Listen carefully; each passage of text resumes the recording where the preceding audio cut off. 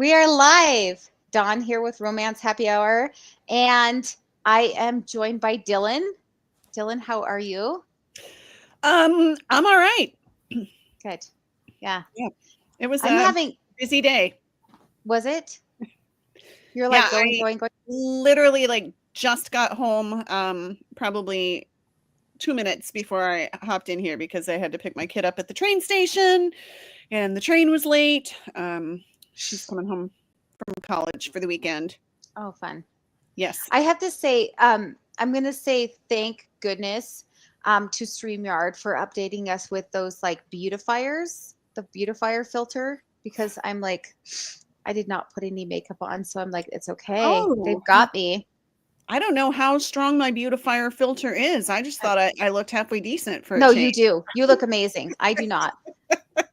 I do Oh well, not. I was like, okay, do I want to do makeup? Do I want to go 10 minutes early and do makeup? They're like, yeah, it'll beautify it's me. all good. Yeah.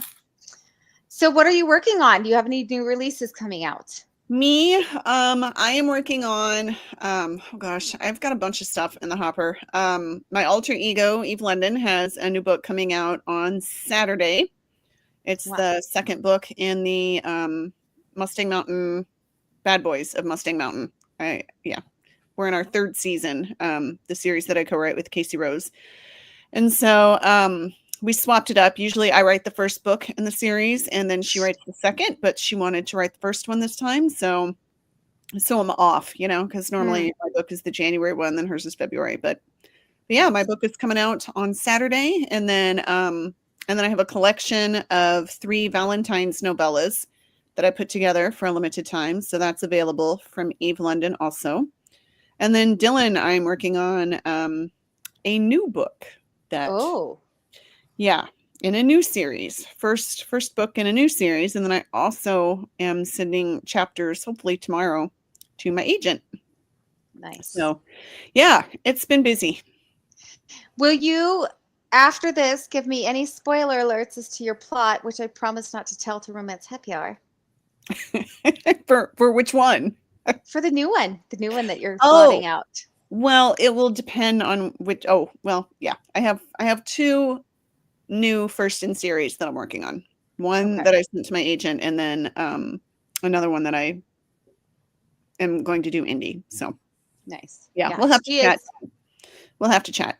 Readeropolis said you were super busy. She is definitely always super busy. That's You how know we what? know We Dylann. She all usually flies in here by the seat of her pants, or she joins us from her cabin where she's trying to unplug and write for a little bit. That is so not true. I am always usually here way in advance. Tonight was an anomaly. I almost died on the highway. I'm Oh drinking no. whiskey. Is So it yeah. one of your gift whiskeys from this distillery? You know what? This is a honey whiskey that I got in Deadwood when I did the Deadwood Oh, sighting a yeah. couple years ago. And it's Nice. actually really good. If anybody else is Nice. a whiskey drinker. Yeah. What is it Oh, my called? husband. Show us. Oh, you don't have the bottle with you. I thought you would be like No, I just have bottling it. my little Okay. glass. So we Yeah. can't see the brand. I Okay. have not gone so far as to open up a distillery in my writing room, Dawn, but Yeah. give me time. Give me Yeah. time. So I have been trying to get this American historical written Mhm. during this week. It is -14 here in Montana. We've had multiple snowstorms after having no snow for the majority of the winter. Mhm. And of course, Monday was the ski trip for my kids, and I chaperoned that.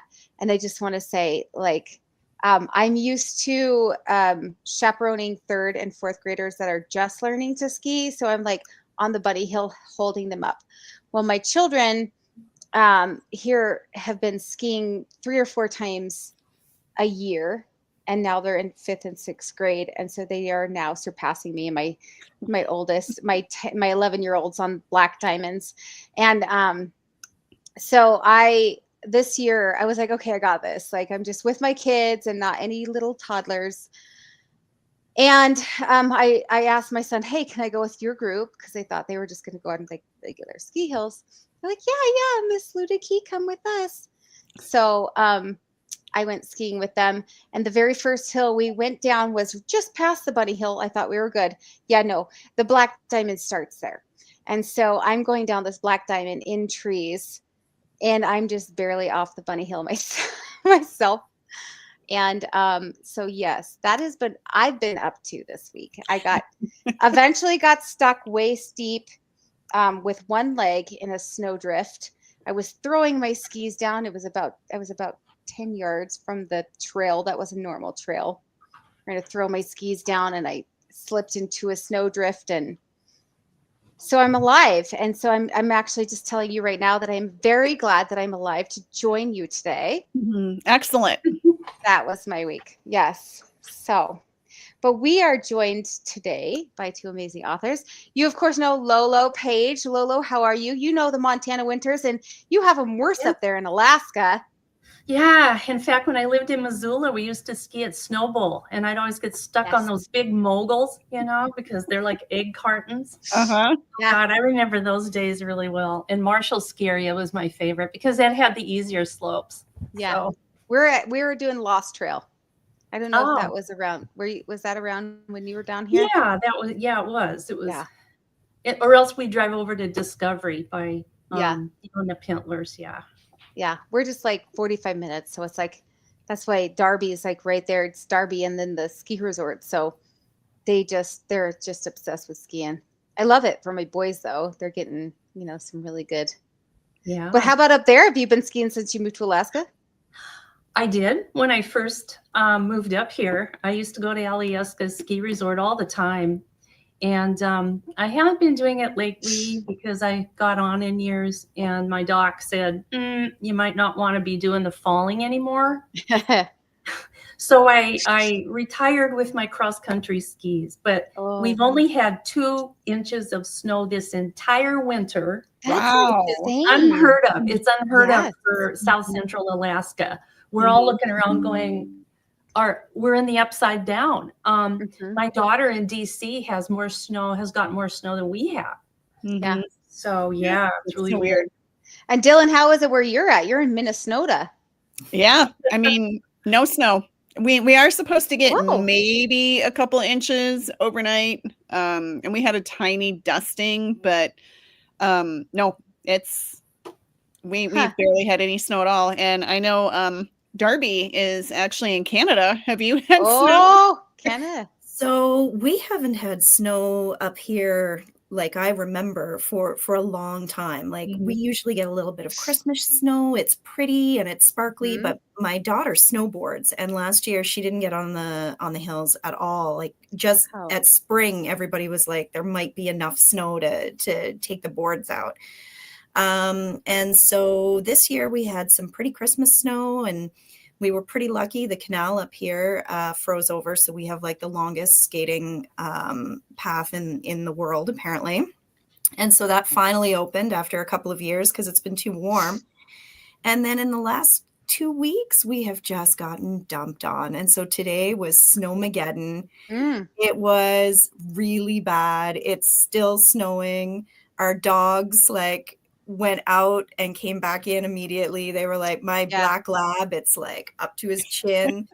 So it was, And so I'm like, where is this beautifier thing that you have? Because this is from being outside shoveling snow today. So I'm like, I could use an app that gives me a filter. So. I think it's in your settings. Okay. It's in your settings on there. Give me the Barbie hair. I don't think you need it. No, you look great. You look great. Thanks. Actually, when I was saying that, I was admiring your lipstick and thought, well, it should give me lipstick, and it doesn't. Oh yeah, Kylie gave me lipstick. Yeah. So where in Canada are you in? Central? Are you on the East I'm Coast? I'm in Ottawa, so in Canada's capital. So that is we're 4 hours from Rochester. I was there last weekend on a hockey tournament. My son, he doesn't believe in a winter sport that doesn't involve blades on his feet. And so he is on the ice many, many times. And so we were in Rochester for a huge hockey tournament. And so we're adjacent to New York State. So. Okay. So you're on the opposite side of me because I'm about 2 hours from Canada, but on the other side, I was gonna say maybe the snowstorm you're having just came from us, but no, it's not. That's too far over that way. We don't know where it came from. I Yeah, neither do mean, we. yeah, and then apparently we're gonna get dumped again on Sunday. Yeah. So I heard a rumor that we're gonna hit 45 degrees next week, but well, I think it's a rumor, Isn't and that that dang groundhog, he's always can I just say like he always sees his shadow? No, I think last year he didn't. I Did still he? got 6 weeks of winter though. it felt like it. I don't know. Yes. The past couple winters here have been so easy. I mean, it's been cold. I mean, it was in the negatives when we woke up this morning too. Yeah. I think I was just out to get my kiddo, and I think it was 8. Mhm. So yeah. Oh, I see But- Deanna's in the comments talking about it's in the hundreds. Oh, she's over our summer. resident Australian. Mhm. Yes, She's our favorite enjoying summer. Australian. Yes. So Ottawa gets to be very, very cold. It can be minus 40. We haven't had that cold. It was minus 25 yesterday. And in the summer, it gets to into the 40s. So we have like the two extremes. Yeah, but you're can talking generally be Celsius, yeah. They're and we Canadian. don't get that. We're American. so in the Fahrenheit. hundreds, we get the heat wave with the humidity. It's yucky. I'm glad We Dylan should said have it. gone metric when they told us we were all going to go metric. Yeah, but we're in Cool. Canada.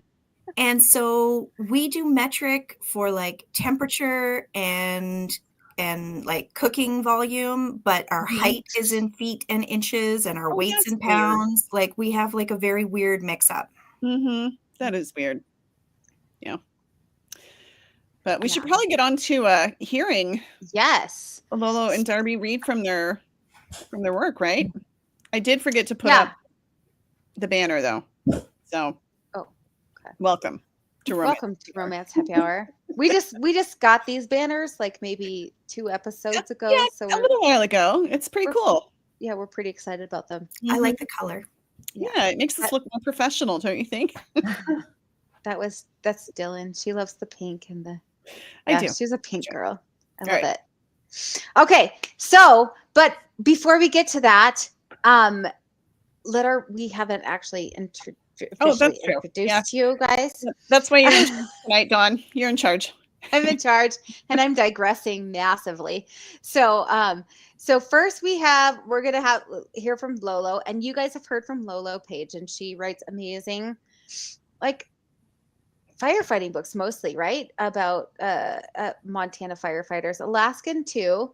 Yeah, Mhm. both. Yeah. Right? Yeah. Yeah. And Tell I us write a little- romantic comedies as well, but I didn't. I'm not going to read from those. Yeah. I'm going to read from the fire book. Perfect. I love that so much. I can feel it. And I'll tell you a story maybe after we get off about my brother being in the middle of a fire, forest Dear. fire this year. Darby, hello, Darby. Introduce yourselves to our readers. Tell us a little bit about what you're working on, what you're not giving away, but what you're reading from, and anything that you want our viewers to know about you. I'm Darby Fox. I write steamy contemporary romance, mostly featuring rock stars and billionaires. They always end up in a small town somewhere. I'm currently working on the 4th book in my Rockstar series, Hold Me Close, and I'm going to be reading from the 3rd book, which is called Drive Me Wild. And yeah, I don't know what else you want to know. Oh, that's I'm not as into whiskey. I'm more of a bourbon girl. I don't have it with me tonight. I kind of wish I'd thought about it. So, I mean, it is Romance Happy Hour. Yeah, we is. have. Yeah, Usually I'm sipping on water, but yeah, I'm not. I'm never know, sipping on water. it was That's why I'm the spicy one. a rough evening. The self-proclaimed spicy one, huh, Dawn? I mean, do you guys agree? Am I the spicy one? Anyway, so maybe we should get to Lolo in the process, because I think we're about at time. So Lolo, we're gonna put you up there. You're gonna be up by yourself, and we'll be muted. So if you need to set anything up, go for it. Oh, Dylan, that is not who I wanted to put up there. I'm going to put Lolo up there. Clearly, I've had a drink. You're good. Okay. Should I go now? Yeah. Yes. I don't know if you heard me. I said, yep, you're good. Go for it. Okay. This is the book that I'm going to be reading from. It's called Alaska Spark. It's the first in series of the firefighting series that I write, mostly in Alaska so far. And the next 3 books I have planned will be based in Montana. There's 4.5 books in the series. The half is a novella. So yeah, that's what I have so far. So the excerpt I've chosen is towards the end of the book. It's it's kind of where the main character, Tara, they're trying to get out of a runaway fire. And this is their experience in doing that. Tara slid fast down the rock shale on her butt, digging her heels in to control her speed. She sighed relief to find that a tree had stopped Angela from rolling further down the steep incline. She moaned as Tara grabbed hold of her arm and hoisted her once more over her right shoulder, digging one boot in at a time, resuming her climb. I have to get up this sorry-ass mountain, she said. She continued up, squinting into the smoke at a dark shape. Angela moaned. As Tara moved closer, the shape became a dark, gray, rocky ledge, with rocks piled above and around it. Wild-eyed and legs trembling with fresh panic, she knew they were trapped. She desperately searched for an escape. No, God, no! Sweat poured out of Tara as she lowered Angela to the rocky ground. She glanced back at the smoky abyss for a glimpse of fire, but only heard its snapping, deadly approach. Too smoky to see or breathe, she coughed hard. They were out of time. Her chest clenched at the cruel, unthinkable truth that she couldn't outrun this fire. Sorrow pushed up, ripping her insides. The sound of the fire petrified her, along with the horror of what it would feel like to burn alive. Disappearing, as the old man had in the Montana fire, bored a hole in her soul. She didn't want to simply disappear. No one would find their bodies. Angela's daddy would have no body to bury. Angie, wake up! Tara shook her friend. Angela lolled her head, but only moaned. Tara rolled her pack off her shoulders and fumbled for her fire shelter. Their only chance for survival was to deploy their shelters on this rocky outcrop. Her eyes darted around, surveying their situation. She hoped the rocks would prevent flames from reaching them as the fire burned up slope. A horrifying thought struck. Oh, God, I left Angela's pack behind with her fire shelter. Oh, God. The breath left her lungs, and she swallowed hard. She would have to fit them both inside a fire shelter designed for one person. Could 2 people survive entrapment in the same one? She racked her brain. 3 people had survived a shelter deployment in a burnover on the Kincaid fire in California in October of 2019. She knew of situations where 2 firefighters had survived in one entrapment. But this was a last resort, not a fail-safe measure. Shelters had limitations. They weren't designed to withstand more than 500 degrees Fahrenheit before disintegrating. Please, God, don't let this fire burn hotter than that. Sweat ran under her shirt and pooled at the small of her back. Angie, we have to get in the shelter now. Angie didn't move. Tara clawed at apple-sized rocks, tossing them aside, burrowing down to soil so they'd have pockets of precious oxygen. Ryan's voice played in her brain. Toss all fusees away from the deployed shelter they could ignite. She groped for her fusees and heaved them downhill. Ryan will chew her out after his repeated safety lectures and her assuring him she'd be safe. Here she was again, caught in another situation. She felt cursed without Dad's bandana.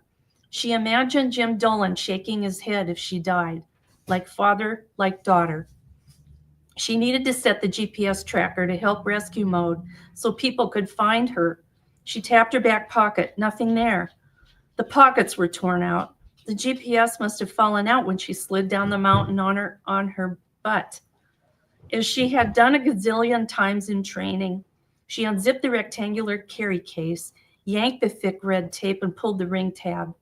She pulled the tightly packed shelter out and shook it. Ryan's countless drills with this familiar routine offered her an illusion of control until the wind whipped the silver shelter like a sail on a boat, determined to wrench it from her grasp. "Stop, darn it," she sobbed, squeezing her fist tight as she tussled with it. "The stupid thing wouldn't cooperate. I'm putting my shelter over both of us, Angela. Roll onto your stomach." Tara couldn't let go of the shelter to position Angela's face to the ground. Her crewmate remained still. Tara kicked her in frustration. "I said roll over." "Ow!" Angela cried out, struggling to roll. "My knee's out of joint." "We don't have time, Angie," she panted. The fire galloped up the slope, radiant heat cooking her skin. Her Nomex shirt felt like tissue paper as she struggled to position the wind-blown shelter to insert her foot inside a corner strap. Instead, it wrenched free, whipping frantically with a mind of its own. She watched horrified as it flew from her hand and blew against a tall rock wall behind the outcrop. "No!" Tara stumbled over Angela, frantic in her haste to catch it before it flew away. She cried out as the winds slid it up the wall. One end flapped to break free. She heaved herself at it, her shoulders slamming into granite. "Oh!" she cried out in pain. Winding a corner of the shelter around her fist, she folded it into her body so the winds couldn't snatch it again. She choked back sobs and stumbled back to Angela, face down on the rocks. With one hand clutching the shelter, she bent to grab hold of Angie's shirt collar, dragging her to where she'd cleared the rocks. She straddled her friend, kicking one foot inside a corner strap and inserting the other in the opposite corner. Making sure the end would cover her boots, her eye caught something scurrying toward them. A squirrel? Welcome to our nightmare. She fell on top of Angela while gripping the handles of each top corner and wriggled them under the shelter like a cocoon. The wind jerked the shelter like a kinetic force. With all her strength, she pressed the four corners to the rocks. "Dear God, please give me the strength to hold this down." "Pressure mouth and nose to the ground," Tara ordered against the din of crackle, snap, and roar.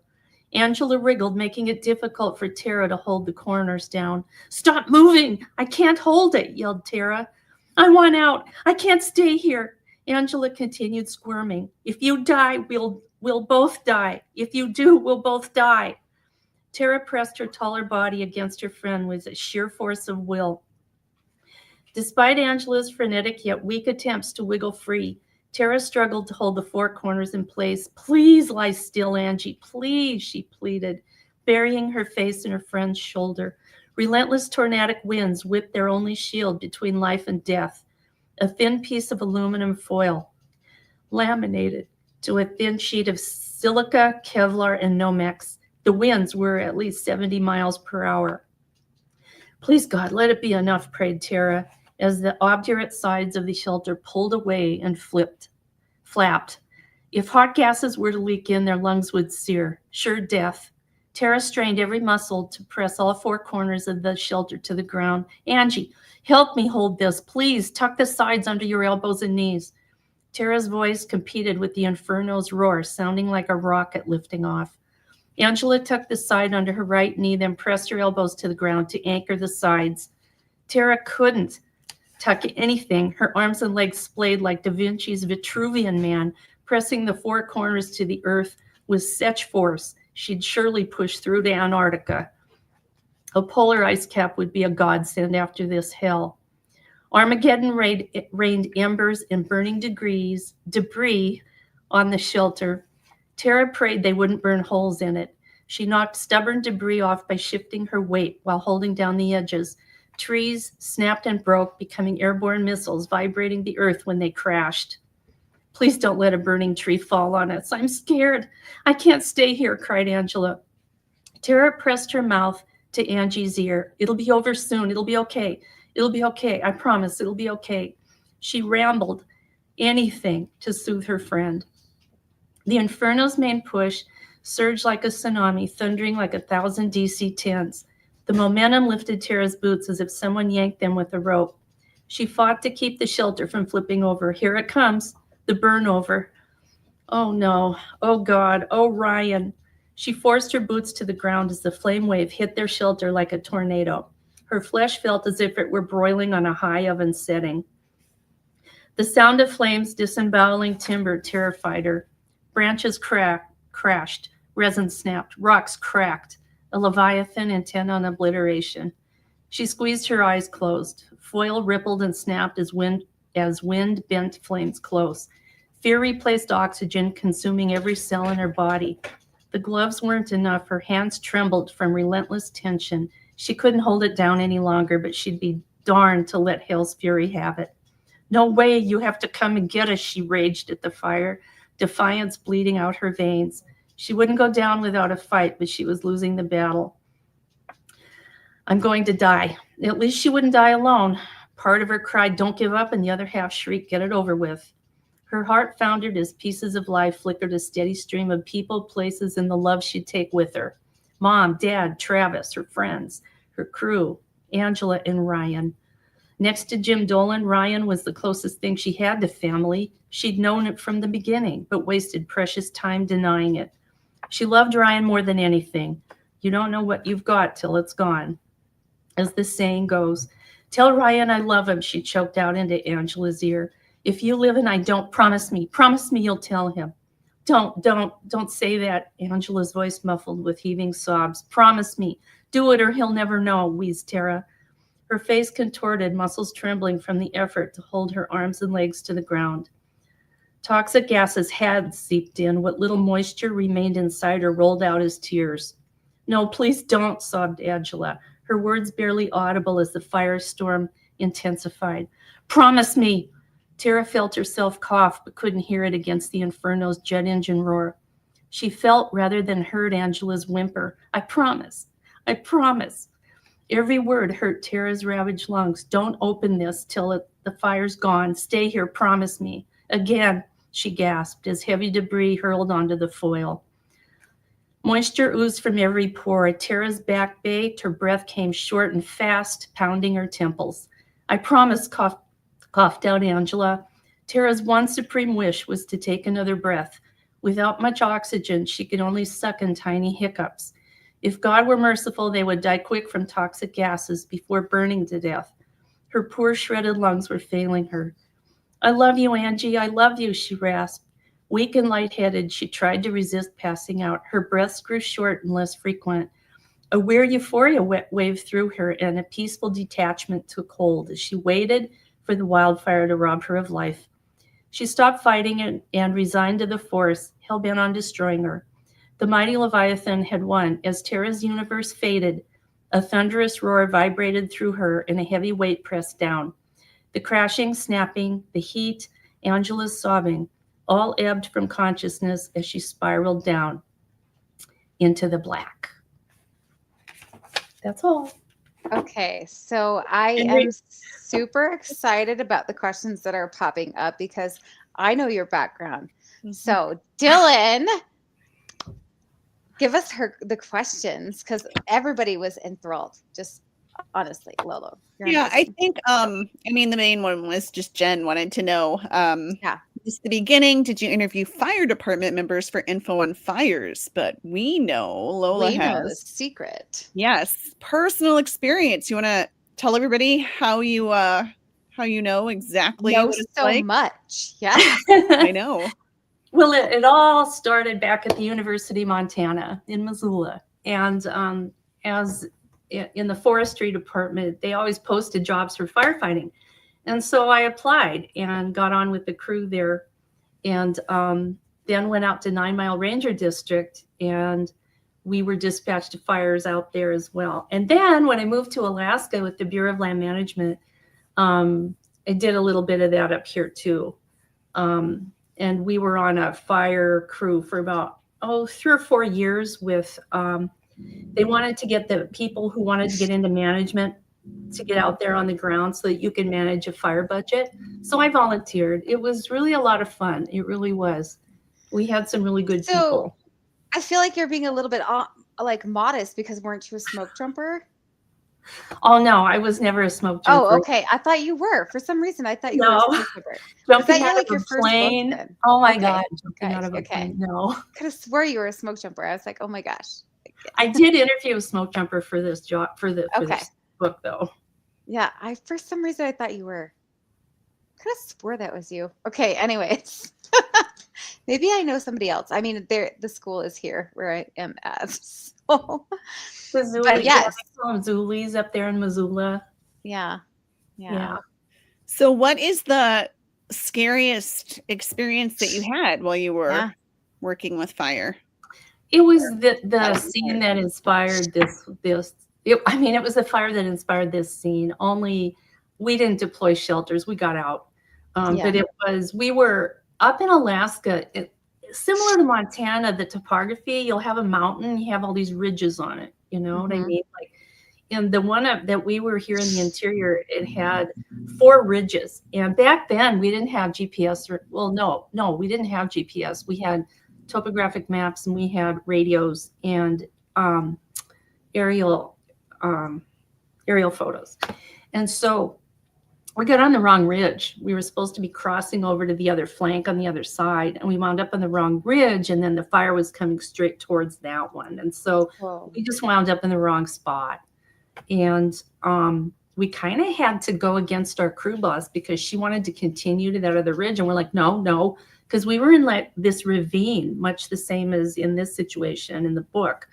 And we had to get up this mountain to get out of there real quick because the retardant plane came right over us. And when it dumps retardant on you, you know that you're not supposed to be there. So, and so what I did was when I retired from the federal government, and I wrote a newspaper article about that situation, and the Anchorage Press published it, and then it won an award by the Alaska Press Club. And so one of the judges in there said, hey, you know what? You should write a novel and have this be the climax for it, And I'm like, oh, okay. So that's kind of how this novel happened. That's awesome. Now, how many books do you have in that series? From 3 so far. I have one that I'm working on that releases this summer. And I have 3 that I'm planning, the Montana trilogy. I'm setting them in the places I worked fire, mainly. So Alaska, Montana, and I was on some fires in California, but I'm not sure about that yet. That's kind of, I'm thinking about that one just due to what happened there. I was going to say that's almost a touchy subject at this point. Yeah. So anyway, but I have fun writing these. They're, and since I did it a long time ago, I talk to people that are, current firefighters and stuff. And I'm in touch with the PIO, the Public Information Officer up there at Alaska Fire Service in Fairbanks. And I'm always bombarding her with questions. Okay, update me on the equipment because equipment changes as time goes on. Just keeping up with the air attack, the airplanes. Because in the book I'm writing now, I'm making her a air tanker pilot, and so I have to learn all that aspect. And so she's putting me in touch with people that know about that world. Well, it's amazing that you even know what questions to ask because I would be clueless. Yes. Well, it's like anything. Once you do it and you're familiar with that world and everything, it's just kind of, and what I did with the series is I set it different parts of Alaska. So I started out with, this one's in the interior of Alaska around Fairbanks. The second one, Inferno, is down on the Kenai Peninsula. The third one is up by Talkeetna. And that was the one that was based on a fire where they had to evacuate all these sled dogs. The mushrooms. The McKinley fire was burning through some of those dog kennels. So they had to evacuate, up to 2,000 dogs. Holy cow. Wow. I interviewed a lady that had to do that for that book. And so, by the time I finished talking to her, she had me in tears on the phone when I was talking to her. Don't tell us that any dogs died in a fire because, don't tell us. We can't take that. It's a romance, so everything's happy. Yes, thank you. Okay, shoo. Yeah. I think we have 2 more that popped up that pertain to this. Yeah, I don't know if that was also the one that you just talked about. Was that Yeah. the most dangerous fire you ever fought, or It do you have another? was. It was, yeah.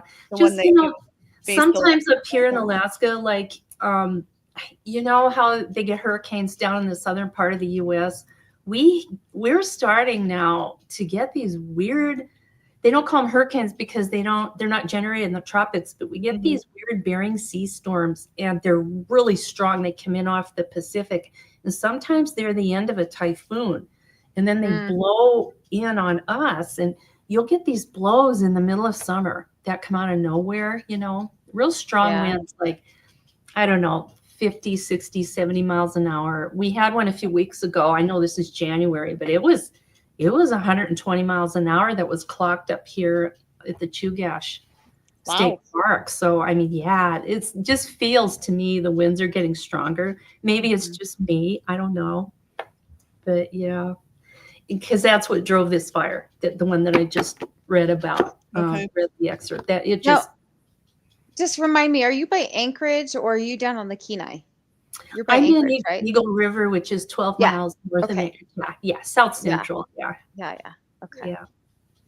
All right, we have one more fire question, or about Lolo's series before we hop over to Darby. But Readeropolis wants to know, what is the most challenging part of writing the series? Good question.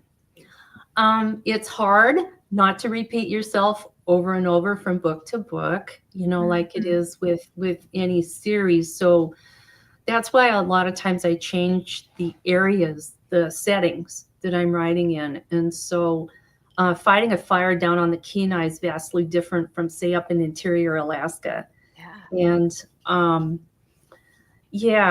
it's and also, like I was saying, keeping updated on strategy and equipment, because just keeping up with, okay, are they still using Phos-Chek, or have they changed the mix of the retardant that they're dropping? You know, I kind of have to keep up with. So I'm following like 100 fire pages on Facebook. I mean, I'm always following these fire crews all over the country and these different, I'll tell you though, Cal Fire they are on the cutting edge of a lot of the equipment, the strategies. They have to be in California. They have to. And so I go to their site a lot, and I'll ask them questions, you know, and they're really good about answering them. So, yeah. Interesting. Very interesting. Yeah, it is. I was like so excited when that first question popped up. I'm like, okay, wait until Lolo gets done reading and she answers this question, because she is the expert. Well, I wasn't sure whether to read that particular chapter because it's all woo, you know, but you know, it's perfect. But I don't know. I always go for the dramatic, just I guess because all that theater I did and everything else, you know. Yeah, So it was perfect. Your brother, Dawn, what was your brother was a firefighter? No, my brother is a stupid hunter, is what he is. And, you know, it was hunting season, and he's like, okay, there's a fire, but it's nowhere close to my camp. And so he went up there anyways, and even though he was the only one. If he ever listens to this video, he's going to be so mad at me.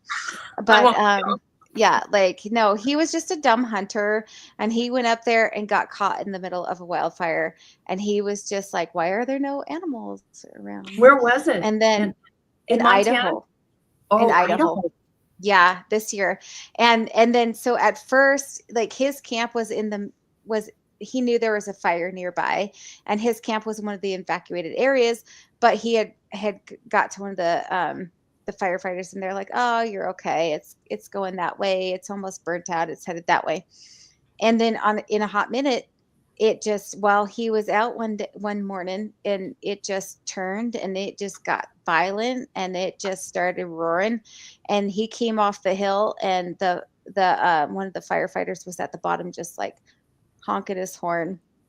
So he like did a fake bugle back to him, got down there, and they had to escort him all the way off the mountain because it went from like a very small contained fire to just like, I think 50,000 acres or something, just in just hours, like a day or two, by the time he got out of there, his camp was gone. So yeah, he was like, those wind shifts are deadly. They really are. And that's, what gets a lot of the Santa Anas down there in California. Oh my God, those things are horrible. Yeah, they were even headed out one way, and then they had a spotter said, nope, turn around, go back, go a different way. So they had to turn around and like bring him back a different way. And my brother, gosh, that's two White Claws in. My brother was like, he got a whole new lease on life after that though.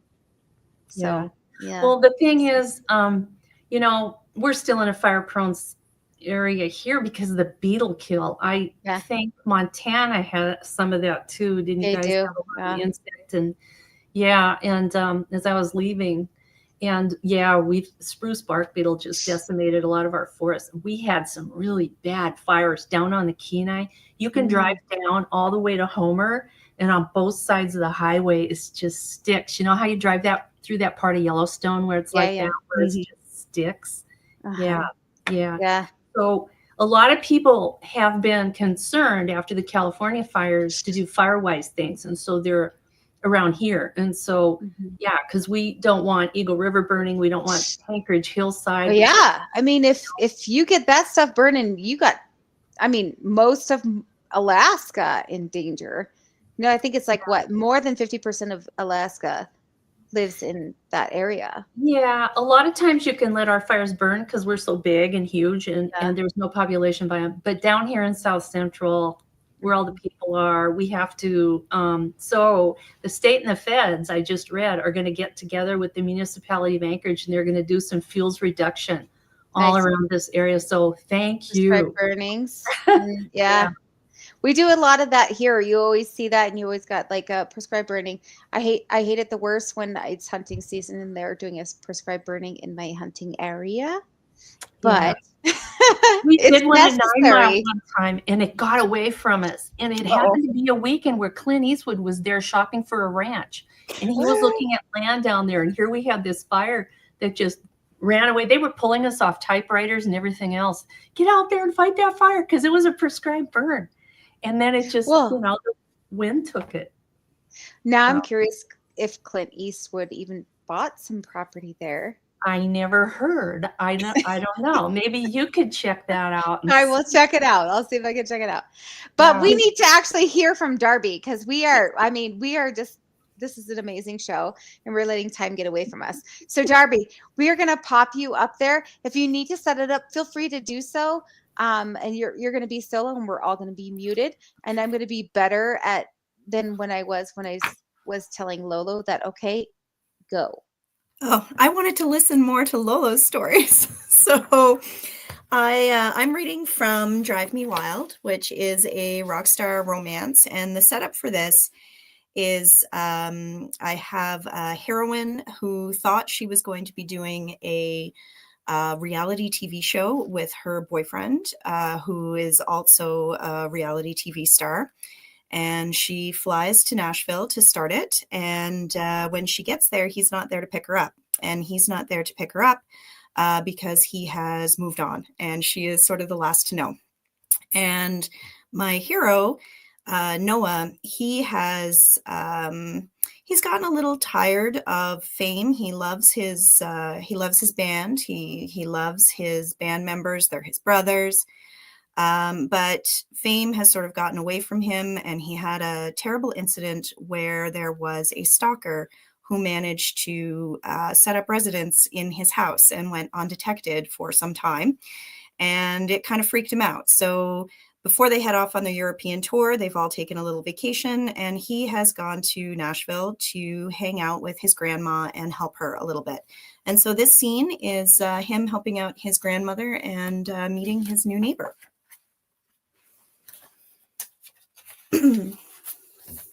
Oh, and I'm going to be reading from Noah's point of view, and then it's going to move into India's point of view, but I'll let you know that. She's quite pretty, isn't she? Nana says, coming up next to me. Who? I feign disinterest and reach for a handful of cherry tomatoes, ignoring the skeptical look from my grandmother. The last thing I need is her matchmaking. She's not even upset about my sister Sterling and Tanner. My new neighbor, of course. Brenda says she's from some reality show. Very popular. Oh, and she's Edward Rook's daughter. I blink. Edward Rook. Yes, I've been to his rock shows once or twice. I turn and look down at my tiny grandmother, trying to picture her in the crowd at an Edward Rook concert. He's one of the wildest rock legends still living. I grew up listening to his music, growing my hair out so I'd look more like him, like a musician. I know he did those old MTV reality shows and everything, but I wasn't interested in anything but his music. Dad often talked about Edward Rook as a cautionary tale of success, not bringing happiness. That guy's been in and out of rehab more times than I can count, at least according to the magazines in the grocery stores when I was growing up. Wait, didn't he marry a chicken? I'm trying to remember all the crazy stuff I've heard about him. Nana nods. He's actually married to a former supermodel, the one who was kidnapped by a Hungarian prince. Well, they're married and divorced a few times. But yes, there was this weird thing with a chicken. I tilt my head. India looks so normal. The last time I saw Edward Rook, he was wearing skin-tight, bright green snakeskin pants and a shirt that read, "I might be your dad." And he was so drunk, security had to escort him out of the VIP area after he broke a table demonstrating how many women he could satisfy at the same time. Nana claps her hands. Okay, I think everyone is here. 6 women turn to my grandmother. Let's take this out to the deck. India, we'd be so happy if you joined us. India stands, giving Gordon one final stroke under his chin, and I adjust my shorts. Oh, but I probably haven't read the book. That's okay. Charlene never reads the book, Millie calls out. Mind yourself, Millie. I read parts of this one. Charlene holds up her Kindle, the bright pink cover matching the cocktail in her other hand. Oh, I think I know which parts she's talking about, Brenda laughs. Let's not scare our new neighbor away just yet, ladies, Nana says, linking her arm with India's and passing her another glass of lemonade as she heads outside. Noah, sweetheart, keep those drinks coming. I might be a rock star, but to my grandmother and her friends, I'm the kid who can mix a mean Long Island iced tea and have been doing so since I was 12 years old. I glance up, watching India's curvy hips sway as she walks arm in arm with my grandmother. So if I'm the neighborhood errand boy, does that make India Rook the girl next door? India. I settle in on the plush cushions of an oversized chair and breathe in the sweet evening air.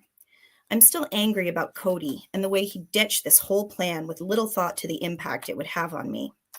I blink, pressing my tongue to the roof of my mouth hard to stop the flood of tears burning the back of my eyes. I might give off a roll with it vibe that suggests I don't really care about anything, but I really cared about this. I look over Stella's beautiful garden. From up here on the deck, I can see my new house, looking sad with its parched grass and dull stucco. But it's still standing, and so am I. I can figure this out. A scraping sound startles me out of my thoughts, and I turn to see one of the ladies pulling a chair over to mine. Hello, I'm Brenda. I'm just 3 doors down and across the street. Nice to meet you, Brenda. I hold out my hand and she takes it smiling. I'm India. Yes, I know. I watch The It Factor and Hot House. My grandkids love the reality shows. I do too. I watched Checkmate for years. I love your father's music. Her eyes dance with excitement. I give an inward sigh at the recitation of shows. There's no escaping it. So many people assume I'm actually the person they saw on those shows. First, the too cute kid, then the rebellious teenager, and now the man-eater. I nod politely, never knowing if I should thank people who tell me they love my dad or his music, or something about my mom. Growing up in the spotlight of the story they wish to tell at any given moment turned me into a character, and sometimes I have no idea what my next line is. A shadow falls over me, and I look up to see Noah in a frilly blue and pink apron, holding a tray of miniature cupcakes. He should look ridiculous, but the feminine apron only highlights his flat, muscular stomach and the narrowness of his hips. His forearms are tanned and corded, defined from years of playing the guitar. The cupcakes look delicious, little creamy whirls of pale yellow buttercream, and my stomach grumbles, reminding me that I haven't eaten a thing since early this morning. For a second, I remember Cody's mean smirk when I had a piece of birthday cake. My birthday cake, I might add. He asked if I was trying to get in on the body positivity movement by packing on some pounds and suggested that I should talk to my mother about maintaining my figure. A hot flush spreads across my neck at the memory, and I hesitate. I slide my hands under my thighs as Brenda takes 2 cupcakes, then reaches for another, licking her lips. They're Gordon's favorite, Noah says, moving the tray in a circle so the breeze carries the faintest scent of lemons and coconuts to my nose.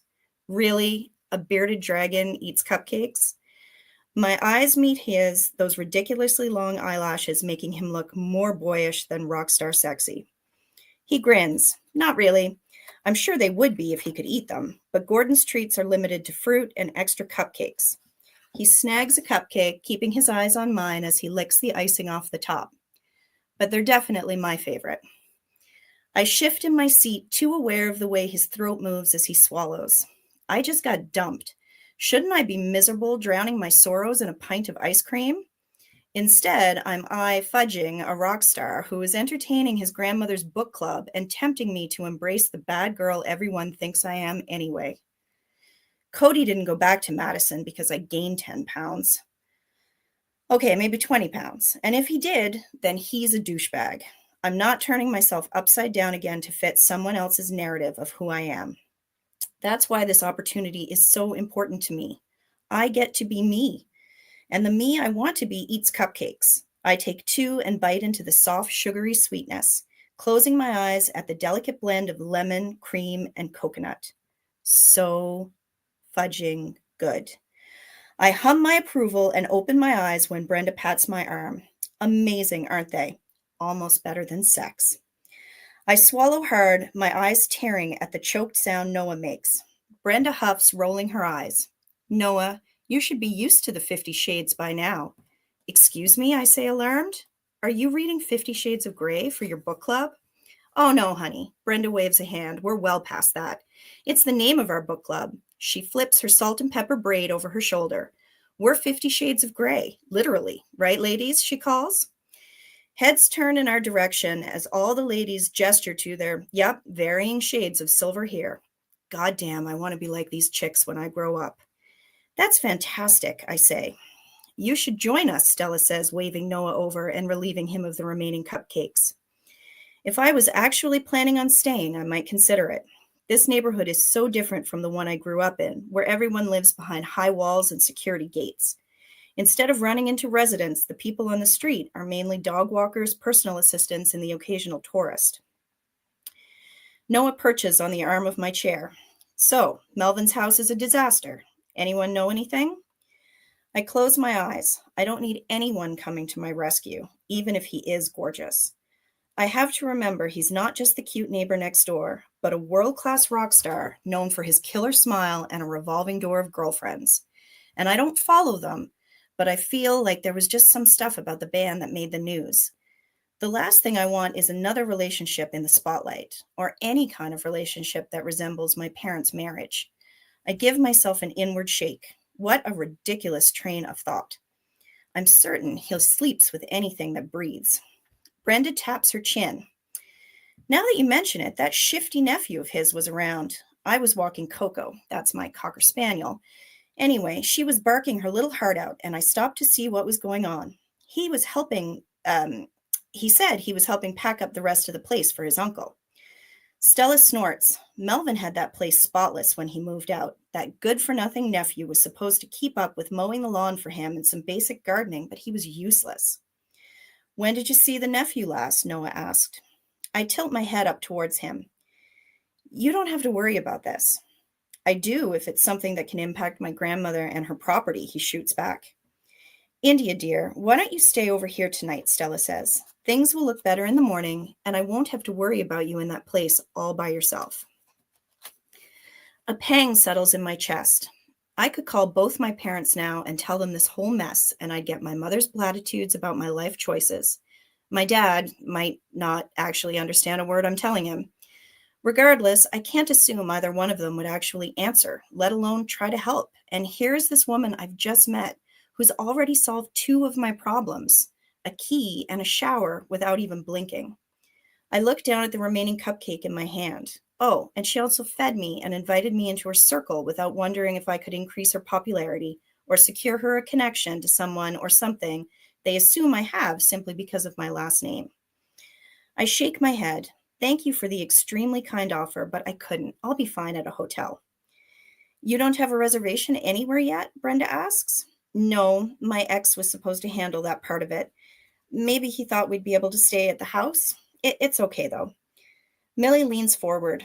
Oh, don't go trucking all over to find a hotel tonight. My she shed is empty, and I would be honored if you'd accept the hospitality. That way you can be close by and assess anything you need to do in the morning. I think about my dwindling bank account and calculate the time it's going to take me to tackle this project on my own. It would be amazing to stay in the neighborhood so I don't lose commuting time, not to mention being able to keep an eye on the house. Most people assume I'm a princess whose idea of roughing it is staying at a 4-star instead of a 5-star hotel, but I'm actually made of sterner stuff. You have to be when you're left alone for weeks on end, and you're 8. Anyway, a she shed sounds perfect to me. I'm not going to be spending much time there if I can help it. In order to get this project off the ground, I need to roll up my sleeves and figure things out. India, can I get a photo from my granddaughter? She never misses an episode of Hot House, a woman asks. Denise, Stella's voice carries a warning. We don't impose on our guests. I'm not imposing. India makes her living letting everyone see what she's doing on her shows and online, Denise says, turning to me. Will we get to be on your TikTok? I freeze. I don't know why I thought I'd be anonymous here. I feel Noah's blue eyes burning into me. Maybe because I never took these ladies for the usual audience who knows me, and maybe because the guy serving cupcakes in a frilly apron for his grandma is a Grammy award-winning star. I clear my throat. I'm taking a break from all that right now. That's it. Okay, so I just have to say I have a few comments of my own. First, I haven't had a cupcake in quite some time. So I was getting hungry. yes, I was like, oh my gosh, is that what a cupcake tastes like? I forgot. Like, I was salivating a little bit. Also, the book club name, oh my gosh, I love it. 50 Shades of Grey. I was like cracking up. And the third is actually a question of my own is what's the chicken story? I want to know the chicken story. Well, so as you know, there are some crazy rock star stories from the 70s and the 80s. And in many instances, they were trying to outdo each other. And so somebody had dared her father. They had made a comment about his wife that so the backstory is that I love the Rolling Stones. And my grandfather said that Mick Jagger looks like chicken on acid. And I always thought about that. And you know, there was stories with Ozzy Osbourne and a chicken on stage, and somebody else tore a chicken's head off on stage. And I do actually quite love chickens. Have a chicken thing, but not just to eat, but like I love chickens. I love chickens. And so I was thinking, like, what like if you already have rock stars that are, you know, bringing chickens out on stage and butchering them, like what would a romance novel chicken story be? And the chicken story was that somebody had commented that his wife in the 70s as a supermodel looked like in the 80s looked like chicken on acid. And so he was having a fight with her and divorced her and ended up marrying a chicken on stage in a huge production, just to prove how crazy he was. And so he's a legend. He is far more married to the image of himself than he is to his wife and to his child. And so this is sort of the craziness that India grew up with. And she kind of doesn't want that. anymore. I love that you have this whole backstory for her parents. I mean, that's epic. I love it so much. Also, my next one was, can you make it a like teaser freebie for your fans? I'm just saying, if you can be like, here's the if you want to know the freebie story, the chicken story, go to my website. Maybe bonus content. It's a good idea. I might write that chicken scene. That's a great idea. Chicken story. I'd read it. I want to read it now. I know. You'll have to dedicate it to Dawn now. I will. I'm writing that down. I will write this tomorrow. Yeah, freebie content. Okay, but I saw at least 2, maybe 3 questions. We do. For We do have a couple questions. Jen left a few comments while Darby was reading, saying that they were watching 50 Shades now. I think. Oh, I guess I was thinking like you can't be watching it while you're listening to our show, but I guess they meant they're going to watch it now. Okay. See, I'm not quite with it tonight. Jen also asked, is this a standalone or a series? This is a series. So Drive Me Wild is the 3rd book in the series. The first book is Start Me Up. And it sort of introduces all the guys in the band. The band's name is Kingmaker. And then book 2 is Grip Me Tight. And that is, I made a reference to Noah's sister Sterling. And it is her story with his best friend Tanner. And he is the lead singer. And then Drive Me, and that he's struggling with that too, that his best friend that he grew up with, who's a little bit darker, is now with his sunshine sister. And he's very overprotective of his sister, and not in like that weird way that we always read about, but because she was very, very sick as a child and she needed a kidney donation and she almost died. And so the whole family is very overprotective of her. And she feels a little smothered by it. And she's always been in love with Tanner. And of course, that's their book, book 2. And then book 3 is Noah. So he's not sure how he feels about his best friend and his sister off doing their thing. And he's struggling with his own sort of place in, everybody is sort of hooking up and claiming that it's love, but I don't know where I fit in that. And so this is Noah's story. And then there are 2 more books after that. So I love your titles.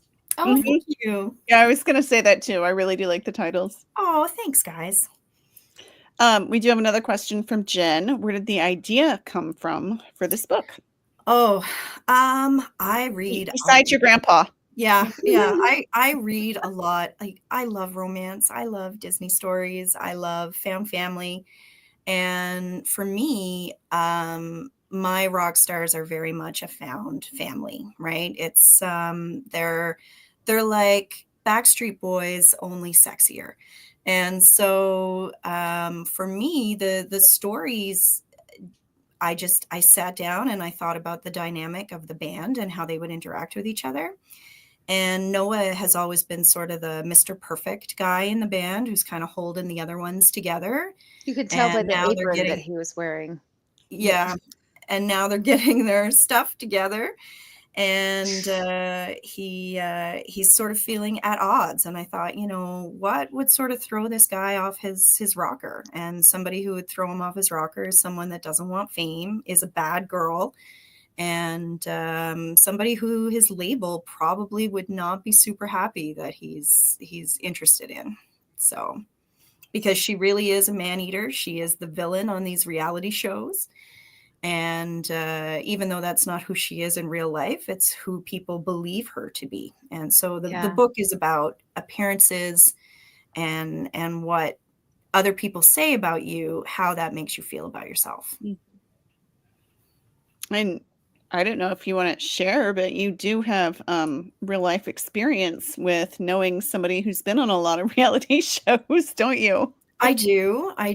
I won't say who it is necessarily, but one of my best friends has a child that has come up in the reality series that you see on Netflix, and in several of them. And so watching that has been interesting, and knowing and I think maybe a bit of inspiration for India, because I knew this person as a child, and now seeing that sort of bombshell persona that's out there, and that's not who they really are, right? Mhm.